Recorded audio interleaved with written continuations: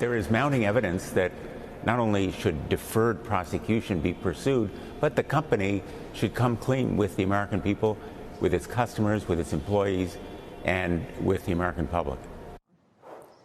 That was Senator Richard Blumenthal ahead of today's hearing where Boeing CEO Dave Calhoun is scheduled to testify. Joining us right now with more on the company's stock performance is Cai von Rumohr. He is TD Cowen's senior research analyst. And Cai, what do you think? What's riding on this today? How closely are you watching just as a stock analyst? Well, I mean, I'm not sure what they're going to accomplish today. I mean, they'll probably go over all the problems that Boeing has had. I think they're on the path to recovery, but basically they're going to have to execute. They're going to have to prove they can get their production rate up, that they can, deliver planes on time and that are safe. And what do you do in the meantime? I mean, that is not a short-term prescription for a turnaround. How much faith do you put in this? How early do you buy in? Do you have to see results before you would say, OK, I think this is a good place? That's a great question. I think ultimately they can get close to their target cash flow number of $10 billion, perhaps probably not before 2026. So if you believe that, you could buy some today. There are several short-term overhangs that I think, could give the stock a setback. I'd say foremost there would be a labor contract that expires in September. The union wants a big wage hike, but they want more than that. They want assurance they're going to get Boeing's future business. They're asking for a defined benefit plan. I think that's tough. They're asking for a seat on the board. I think that's tough. I think the company wants to reach an agreement. I think they could come up with a wage package that would satisfy the union. But the problem with labor negotiations is they're emotional, and you think you're there and something goes wrong and you aren't there, or you're sort of at loggerheads, and then something comes through and you get back into it. That's one. China is another one. They have not been taking 737s for about a month, and the alleged reason is they feel that the battery on the new cockpit voice recorder needs to be sort of fully tested. I mean, I think that's a political stunt because the FAA and EASA both have fully approved it. So I think that's a political issue. That's an issue.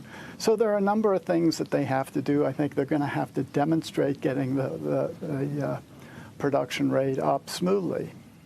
Having said that, I mean, that's a long list of worries and long-term fixes that you'd like to see, and yet you still have a buy rating on the stock. So is that just a reflection of how much the stock has come down?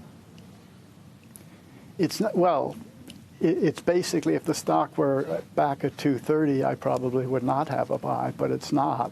So I think it's at a level where, if they really execute the way we think they can execute, the stock will do better. Like I said, I think the labor is probably the major overhang that I see. I feel pretty good that they will be able to execute. They've taken the time of slowing down the rate to catch up on traveled work, to relook all of their policies, to discuss with the FAA, setting up metrics that they should stay within.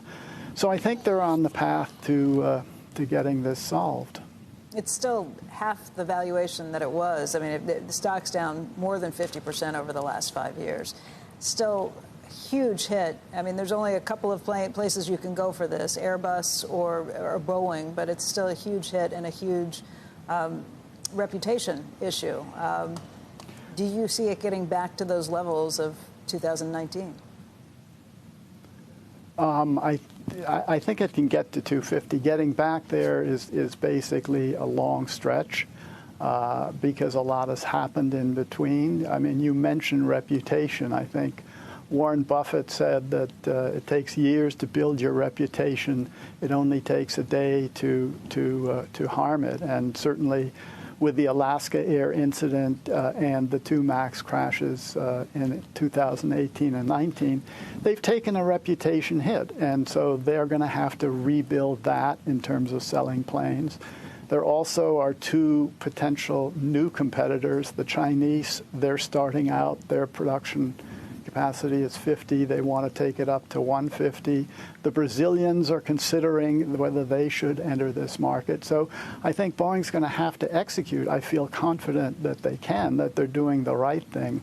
And one thing I think that people don't fully kind of give credit to is COVID. What happened in COVID was it became very difficult to get experienced labor to build the plane. So I think the shortcomings that you had with the Alaska Air incident were in part because you didn't have a trained workforce that had been experienced.